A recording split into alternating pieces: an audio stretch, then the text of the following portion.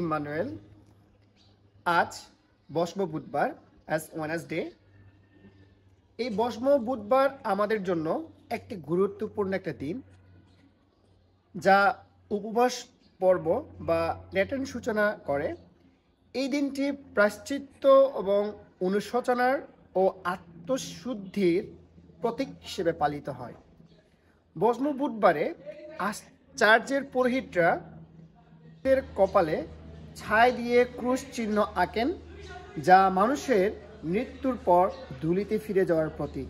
এই প্রথা আদি পুস্তকে লেখা আছে 3:19 পদে, তুমি ধুলি এবং ধুলিতেই প্রতিগমন করিবে, বাক্যর সাথে সম্পর্কিত।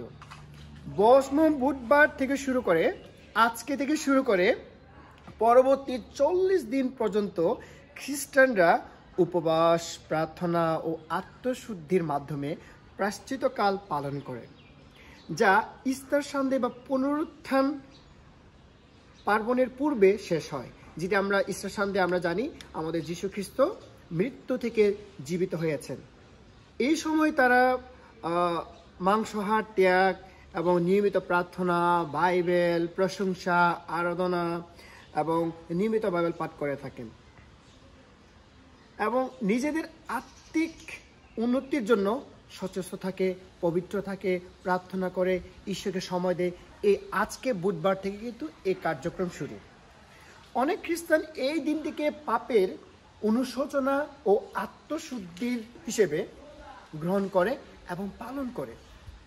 বস্ম বুধবার মূল উদ্দেশ্য হলো আত্মপরীক্ষা, অনুশোচনা ও প্রার্থনার মধ্যে দিয়ে ঈশ্বরের সঙ্গে সম্পর্ক গভীর করা এবং যীশু খ্রিস্টর যাতনা ও পুনরুত্থানের জন্য নিজেকে প্রস্তুত করা।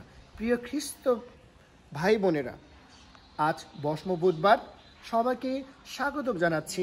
আত্মশুদ্ধি এবং অনুশোচনা এ প্রায়শ্চিত্তকাল সফল হোক এবং আহ্বান রইল সবাইকে। আবারও ইম্মানুয়েল, সবাইকে শুভেচ্ছা।